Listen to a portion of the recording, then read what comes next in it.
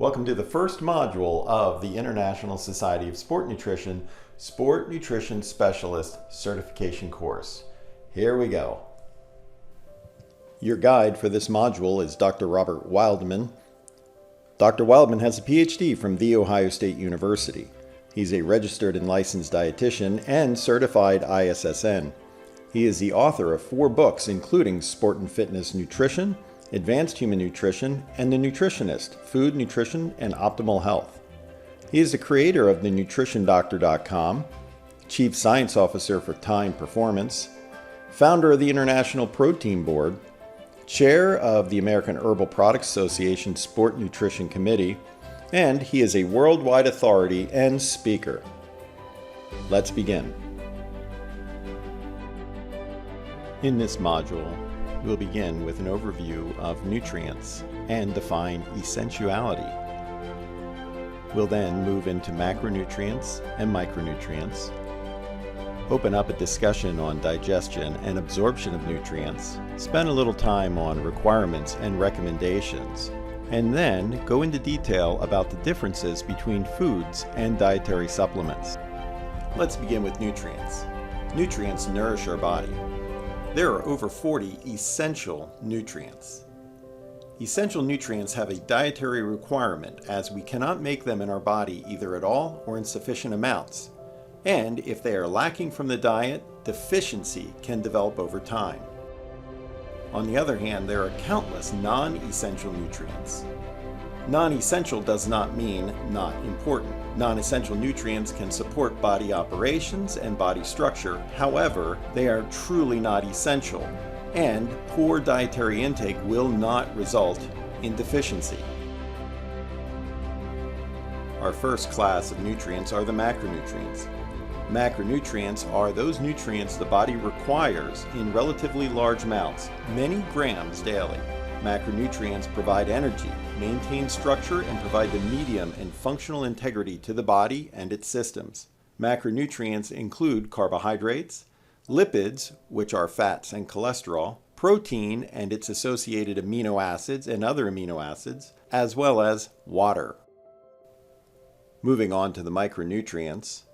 Micronutrients include vitamins and minerals, and they are required in the body in relatively small amounts. Vitamins are organic molecules. When they were first discovered, the original ones had a nitrogen-containing component, and they were referred to as vital amine substances. It was shortened then to vitamins. Vitamins are subclassified as water-soluble or fat-soluble vitamins. Minerals, on the other hand, are inorganic substances that are essential to the diet. They are classified into the major minerals and the minor minerals. In order for nutrients to enter the body, the food or supplement form must be properly digested, releasing the nutrients for absorption. This happens in the gastrointestinal tract or GI tract. The GI tract is a long tube extending greater than 20 feet from mouth to anus with distinct segments. Beginning in the mouth chews food and moistens it with saliva. The food is swallowed and it depots in the stomach. While it's in the stomach, the food is bathed in acid. Little absorption takes place in the stomach, with the exception of some caffeine and alcohol. Slowly and rhythmically, the stomach spurts the contents into the small intestine in a very timely manner, and this is to optimize the digestive efficiency. Once in the small intestine, the contents are then exposed to bile from the gallbladder and the liver, as well as digestive enzymes from the pancreas. And nutrients are released to be absorbed across the lining of the small intestine. Contents that are remaining can move into the large intestine, which is home to most of the bacteria in the gastrointestinal tract. The contents are compacted into feces that can be excreted from the body. Let's go into a little bit more detail about digestion and absorption. The stomach is the major slowdown point for digestion and absorption, slowly releasing contents into the small intestine. The small intestine is the major site of absorption of most nutrients. Water-soluble nutrients, as they're absorbed, they enter the blood through a special vein called the portal vein, which circulates to the liver first. Fat and other fat-soluble nutrients are digested with the aid of bile, and by and large these are packaged up in the lining of the small intestine into a lipoprotein shuttle called a chylomicron that carries it through the lymphatic circulation first before reaching the blood. In the colon, there is some nutrient absorption, such as minerals like calcium and short-chain fatty acids, which are derived from bacteria in the colon. But by and large, the large intestine is a site where feces are formed to help us get rid of waste. All in all, digestion and absorption is moderately to very efficient for most nutrients, and the absorption of some nutrients is regulated based on the status of that nutrient in the body. So how is it that digestion and absorption can be so efficient? One of the reasons is that the small intestine has 3 levels of folding. There are general or gross level foldings that are much like waves on the water. Then if you look more closely with a microscope, these waves contain finger-like projections called villi. Villi are coated with a single layer of small intestinal cells, and these cells are what nutrients have to enter or go between in order to be absorbed into one of the 2 circulations mentioned earlier. Inside of the villi you find a capillary, and the capillaries drain into a larger vein which then heads to the liver by way of the portal vein. Also you find a lacteal, and that's where the lipoproteins that are created enter the lymphatic circulation. That's 2 levels of folding. The 3rd level of folding are the microvilli, hair-like projections that extend outward into the small intestine where the digestion is happening, and it increases the surface area even further for nutrients to be absorbed.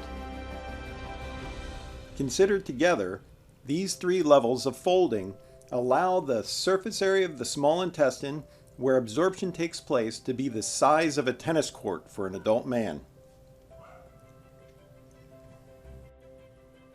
Among the most recognizable nutrition standards are the Dietary Reference Intakes, or the DRIs.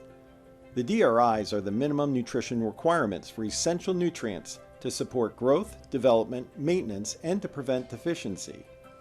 There are 4 main DRI standards, including the RDA, or Recommended Dietary Allowance. The DRIs reflects the collective effort of researchers from both the United States and Canada. However, similar standards are found around the world. Now let's go deeper into the Dietary Reference Intakes, or DRIs. Looking at the graphic, on the left side you see the estimated average requirement, which is the level of a nutrient on a daily basis that would meet the requirement of 1/2 of the healthy individuals within a particular life stage or age and gender group. Next, you have the Recommended Dietary Allowance, which is a nutrient intake level sufficient to meet the needs of nearly 98% of healthy individuals within a particular life stage or gender group. The RDA is set at 2 standard deviations above the estimated average requirement. When there is not enough data to really set an RDA for a nutrient, the adequate intake is set, and the adequate intake is the assumed adequate nutritional goal for a nutrient. Lastly, you have the tolerable upper intake level. This is the highest average daily intake level that is likely to pose no threat of an adverse health effect to almost all individuals in a specific gender or life stage group. This is based on research at different levels above the RDA. Here are some important considerations when thinking about the RDAs, or Recommended Dietary Allowances, or the Adequate Intakes, AIs. First, they are meant to serve as requirements or minimum standards for adequate status to support growth and development as well as general health. But they do not factor in optimal health and are typically below recommendations set by other entities for several nutrients. The RDAs and AIs are set for people populations in different age groups and include pregnancy and lactation. However, they do not factor in illness or conditions such as weight loss or healthy or advanced aging. In addition, they do not factor in exercise or fitness, as well as sport training. Now let's shift our attention to food and dietary supplements and talk about the difference between the two. Let's talk about foods first. Foods will have a nutrition facts panel on the back of the product. Foods provide nourishment and have a significant amount of at least one macronutrient. Foods are in a food format that's familiar to us, such as an intact natural food, fruits and vegetables, or a recipe, or a beverage or bar. One important feature of foods is that the ingredients must be GRAS, or generally recognized as safe. The Nutrition Facts panel has a mandatory nutrient listing and format, with few exceptions, and this format was updated in 2020.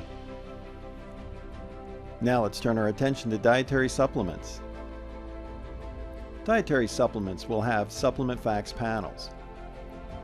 Dietary supplement contains dietary ingredients, which are isolated nutrients, concentrated extracts, powders, and others.